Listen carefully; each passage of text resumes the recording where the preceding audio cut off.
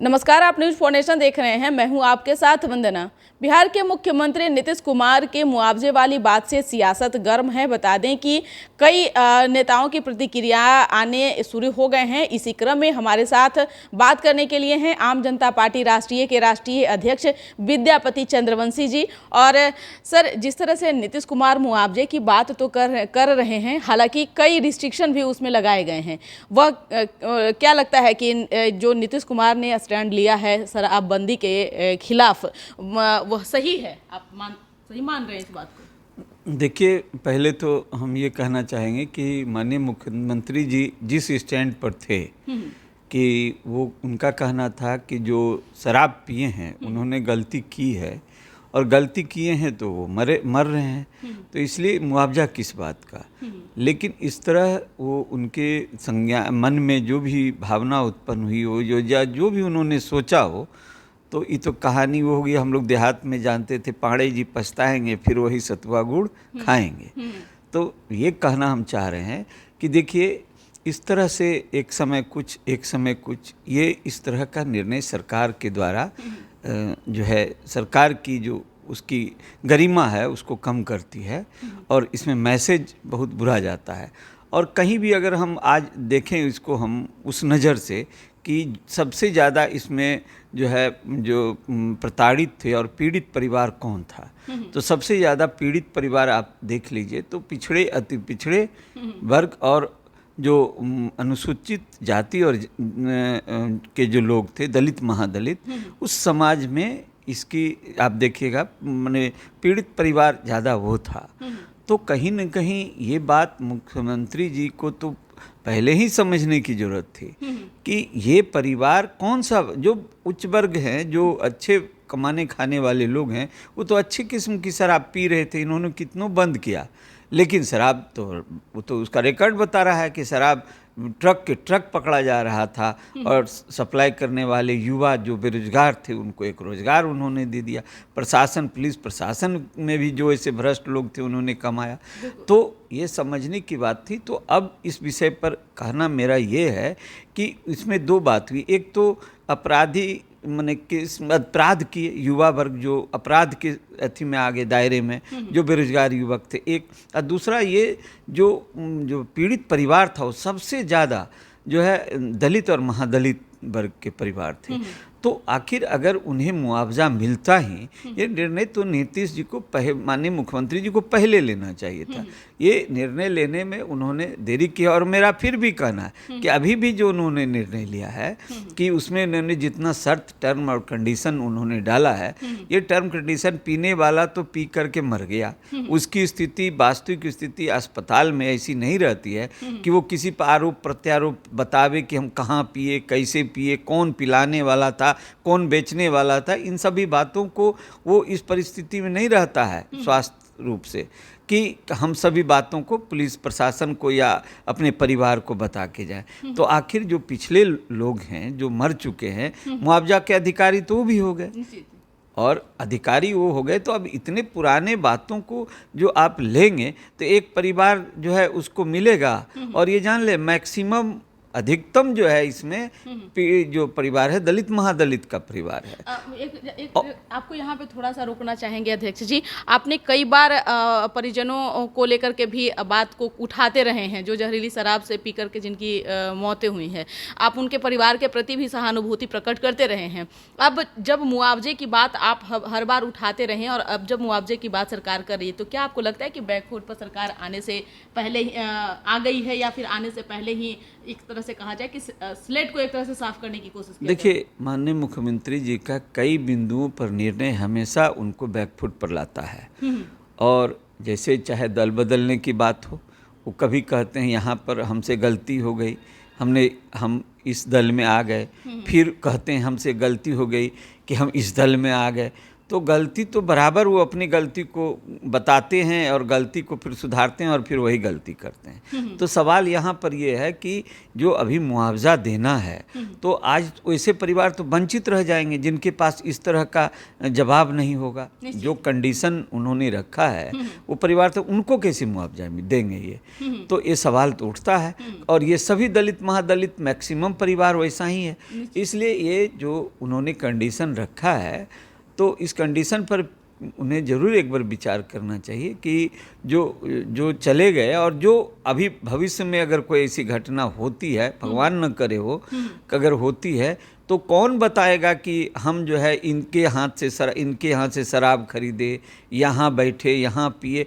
इस तरह का कंडीशन का कोई मतलब नहीं है, औचित्य नहीं है। फिर एक बार चूँकि मुख्यमंत्री जी ने साफ कह दिया था कि जो पिएगा वो मरेगा, और ये दलित परिवारों के प्रति अन्याय था, और इस अन्याय पर जब आवाज़ उठी तो उस बात को उन्होंने समझा। और चूँकि चुनावी समय आने नज़दीक आ रहा है इसलिए इसको भंजाने के लिए कहीं न कहीं दोहरी चाल भी है। आज भी कई संख्या में लोग हैं जो सलाखों के पीछे हैं। मैं बता दूं कि आप ये भी जान लीजिए कि ये सब चुनाव नज़दीक आने से ये सब उनके मन में विचार भी आ रहा है, अन्यथा वो तो अपने स्टैंड पर थे कि हमको नहीं देना है।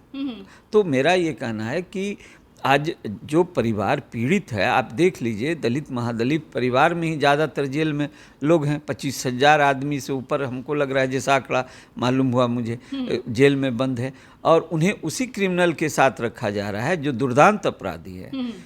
आज क्या होगा, वो उसकी संगति में जाएंगे तो इसका भी बुरा प्रभाव पड़ेगा। इसलिए माननीय मुख्यमंत्री जी का यह निर्णय जो है, ये निर्णय देर से आए हैं लेकिन अभी भी दुरुस्त नहीं आए हैं। इसमें दुरुस्त होने की ज़रूरत है। ये निर्णय उनका है।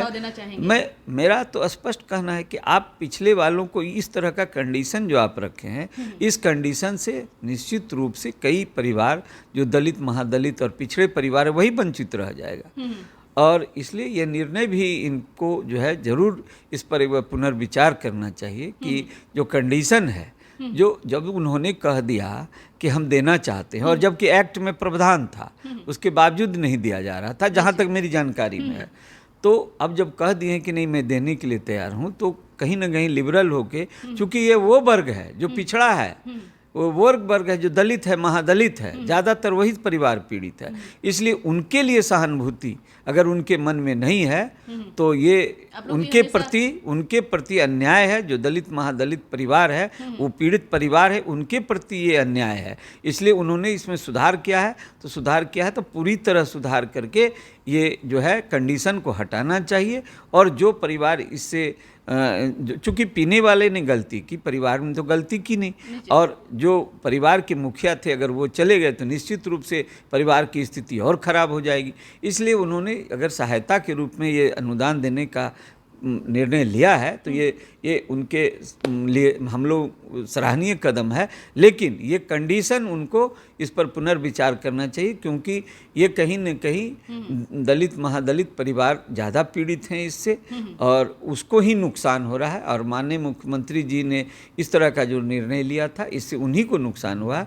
और यदि उसमें पुनर्विचार करते हैं तो फिर इसका लाभ जो है इन नीचे वर्ग के परिवार को मिलेगा। और निश्चित रूप से आपने बड़ी मछली और छोटी मछली का भी जिक्र हमेशा से करते रहे हैं। जितने भी जो बड़े बड़े जो लोग हैं वो इन सब चीज़ों से बचते जा रहे हैं। जो शराब की तस्करी करते हैं, शराब के धंधे में लिप्त हैं, वह कहीं ना कहीं नीतीश कुमार के उन सब चीज़ों से वो बच जा रहे हैं, या फिर हो सके तो पुलिस प्रशासन की भी नज़र नहीं पहुँच नहीं। देखिए, इसमें एक विषय और ये है कि आखिर जो जहरीली शराब बनाने का मौका किसने दिया? जहरीली शराब बनाने का मौका माफियाओं को सरकार ने दिया। पहले तो यही माफिया शराब बेचते थे, लेकिन जहरीली शराब बना करके बेचने का मौका किसने दिया? सरकार ने जब शराबबंदी लगा दी, पूर्ण शराबबंदी, तो ये मौका जहरीली शराब, ये जो शराब बनाने वाले माफिया थे जो शराब का धंधा करते थे, उन्हें ये मौका मिला कि शराब की कमी जब बाज़ार में हुई तो इसका मौका सरकार ने उन्हें दिया, और वो उसका लाभ उठा करके गलत तरीके से पैसे कमाए। और कम से कम हमारे पास जो आंकड़ा है लगभग 500 लोग से ज़्यादा दलित महादलित परिवार के लोग और भी कुछ पिछड़े परिवार के लोग की मृत्यु हुई है। इसलिए मेरा ये कहना है कि ये सरकार का ये कदम जो है वो सोचा समझा हुआ नहीं था, और अगर उन्होंने ये कदम उठाया भी था तो उसमें बहुत सी बातें त्रुटियां रह गई थी, जिससे न्यायपालिका पर भी दबाव हुआ। वो जेल जिसकी क्षमता पूरे बिहार में 60-62 हज़ार है, उसमें 40-45 हज़ार अतिरिक्त दबाव जो है इन कैदियों का हो गया, जिससे कि बहुत तरह की परेशानियां उत्पन्न हुई, और मुख्यमंत्री जी बार बार बैकफुट पर आते जा रहे हैं। एक अंतिम सवाल है कि क्या लगता है जिस तरह से एक महिला पुलिस के साथ जो दर्दनाक घटनाएं घटी, क्या इकबाल पुलिस प्रशासन का खत्म हो चुका है बिहार में? देखिए, महागठबंधन में जब माननीय मुख्यमंत्री जी आए तो आने के बाद आप इस तरह की घटना, बालू माफिया की बात यदि हम कहें तो बालू माफिया जो कहा जाता है, ये आज से बालू माफिया नहीं कहा जाता है, बहुत पहले से भी कहा जाता है। लेकिन इस तरह की घटना कि पुलिस प्रशासन को ही दौड़ा दौड़ा के पीटना, इस तरह की घटना सुनने में कभी नहीं आई।